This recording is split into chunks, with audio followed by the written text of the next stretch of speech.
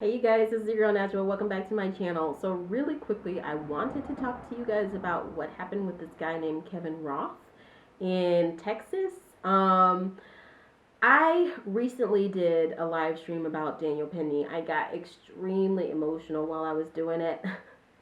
Like the stream literally was so long because I just kept getting emotional. But seeing black men being executed, black people being executed, will quite literally do that when you are the product of 400 years of chattel slavery. And I saw this coverage of this news story out of Texas, and I just felt like I've got to connect the dots because I feel like so many people who are these extremists, these MAGA Republicans, whatever, I feel like they are innocents in a way because they've been duped. They've been driven to be um, tyrants towards their neighbors, towards people they grew up around, towards people just because they might be people of color, they might be gay, they might be women. And a lot of these people have been extremely radicalized.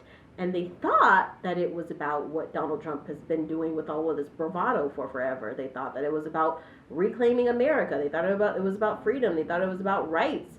But really, it was just about the money that they were donating, or that they or their constituents were donating to people like Donald Trump. And now it's so apparent they don't want to listen to brown people, black people, and Democrats when they try and say, "Listen, the footprint, the handprints of systemic racism, of slavery, is ingrained in everything, everything." They don't want to listen when you say that.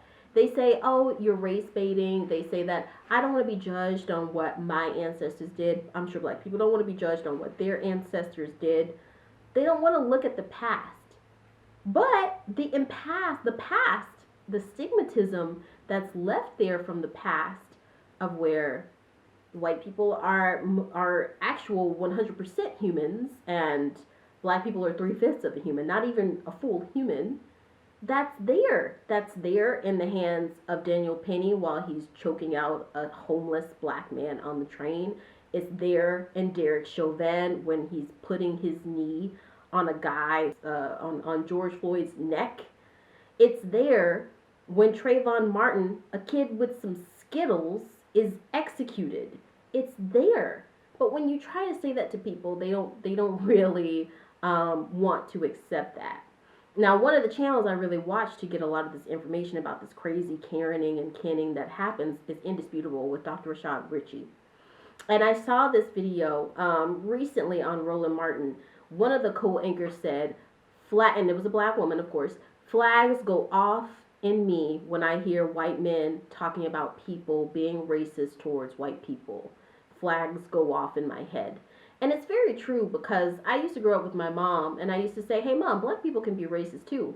And my mom, who is much more militant than me, would say, which I'm very thankful for now because I got to experience being woke, which, taking that word back, as I've said many times, she would say, to truly be racist on a systemic level, it requires power, and black people don't have that equity. We don't even have that common sense respect in society the same way that white individuals do. Why?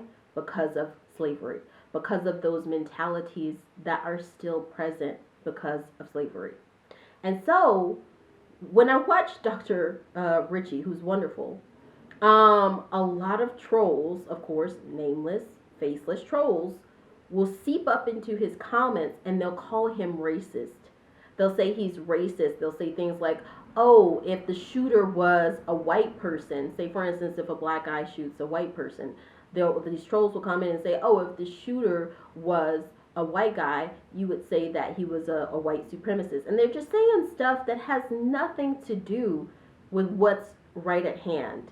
It's one person, breaking the law, not only because oftentimes this is aggravated battery, aggravated assault, attempted murder, attempted homicide, you know. They're not even focusing just on the fact that one human being broke the law by trying to harm another human being. they also don't pay attention to the fact that it's literally just not moral. You know, the same thing happened when that 30-year-old white man pushed two young Asian girls in Germany off of a bridge, and one of them died. Literally, these two girls just graduated undergraduate. One of them was 22 years old. The one that survived, doctors don't even know how the heck she survived. He came onto them, they rejected his advances, he pushed them off of a bridge.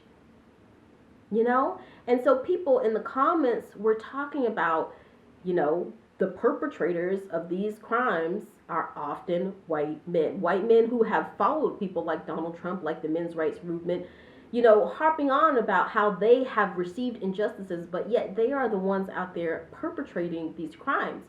Regardless of what Fox News, channels like Fox News and Newsmax would like you to believe when they just have black men committing crime running on a loop.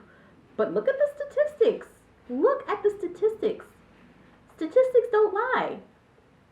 The primary perpetrators of these violent crimes are white men.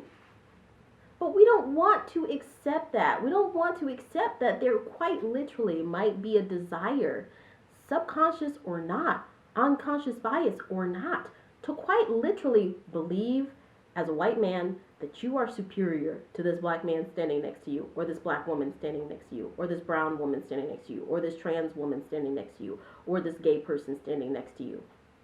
And it might quite literally be in that unconscious bias or conscious bias to think that, hey, if they are wiped off of this planet, it doesn't really matter because they're not even really human. But if you don't look at history and see how history has presented that narrative and perpetuated it, it's called manifest destiny. If you don't look at manifest destiny and see how that is ingrained, it's ingrained in every institution that we have, we can't move forward. And you know what's going to happen? What's happening right now, even for the white men, the white women, speaking as a black woman married to a white man, that privilege that you had banked on, that you thought, hey, I should be okay, right? I'm white. Even for you, you are going to be effed up economically. And that's why everybody's so mad right now, is because their wallet is effed up. And racism, systemic racism, has a huge part to do with that, because you cannot take a pie and give 70% of the pie to rich white men, billionaire white men who could give a crap about you, and maybe like, 25% to just average white people, and then we'll give the rest of the 5% to all the brown people, black people, LGBTQ people, and call it a day. Every other average person, white or not, is gonna suffer with that type of narrative. But Donald Trump, people like him, they didn't think about that. They didn't really think about that because they're already millionaires. They're already billionaires. They're not thinking about the people who are donating to their campaigns, people who are donating $100 to their campaigns and they can barely afford to eat meat. They weren't thinking about that. So I say all of that as a roundabout way, as to say Kevin Roth, this guy, let me just explain what happened. It's all wrapped up in Kevin Roth. It's all wrapped up in Daniel Penny. They are the same shade of the person who was duped. I don't blame you. You were duped by far-right extreme politicians who acted like they cared about you, but they really just cared about money. It's not your fault. What you do from here on out, that's your responsibility. Yeah, you're accountable for that. So, Kevin Roth, 30 years old. 30 years old. So, the way that it goes, I'm just going to break it down from what I understand. Kevin Roth was at a stoplight in Texas, okay? And there was a woman in front of him, a black woman.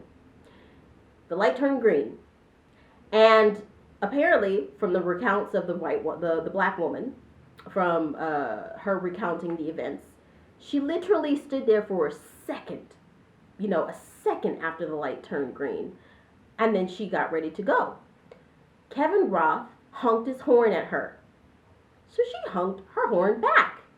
He pulled out his gun and pointed it at her. Got out of his car and pointed a gun at her. And what I find hilarious, I'm sorry to pause. I'll finish with the story. What I find hilarious is those trolls that I was talking about who will come into the comments and say, well, you're judging this guy just because he's white and white power. And man, white men have these problems too. And da da da da da. And this and this and this and this. When something like this happens where there's really no gray area, this person was just being a douche, a racist douche. Those trolls are silent. They're completely silent. So anyway, he gets out of his car, points a gun at her. She speeds off, you know. I can't imagine being this woman in this position. She speeds off.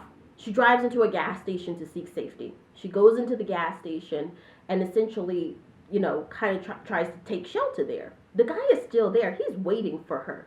He's like hunting her down. If you still think that those traces from those days back then in the 1950s and the 1800s and the 1700s where white people would literally hunt down black people for sport, if you think that those traces are not still alive today, you are delusional.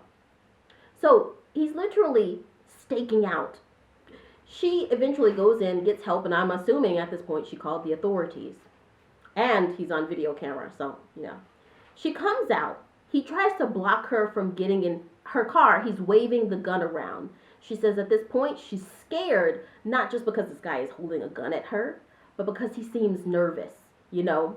And Dr. Richard was like, hey, I don't think he's nervous. I think at this point he's pumped up. And that sounds right. You know, when you're just all pumped up on adrenaline and you just feel like you're big and bad, but at the same time you've got that little voice that's saying, stop.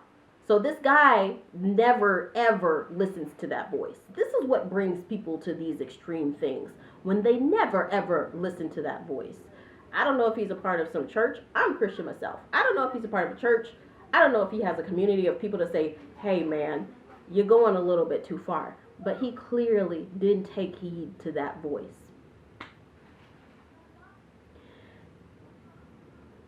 Now, these people who came on my channel talking about Daniel Penny was a hero, I want to see if these people are going to say the same thing. Was this guy a hero?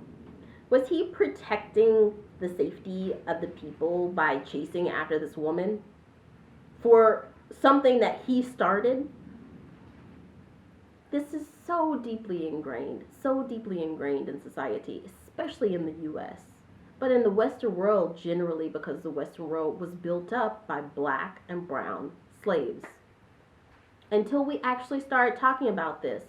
And white people stop being a little bit so fragile. Like, talk about it and listen to perspectives outside of your own. Nothing will happen. I know it's an uncomfortable conversation. I know the minute people start throwing out the terms black and white, a lot of emotions start running. I know that. But we have to talk about these things. Because when you don't talk about this stuff, that's how abuse perpetuates itself. I want to know what you guys think, so let me know in the comments. If you're new here, hit the like and subscribe button, hit the bell so you know whenever I post a video.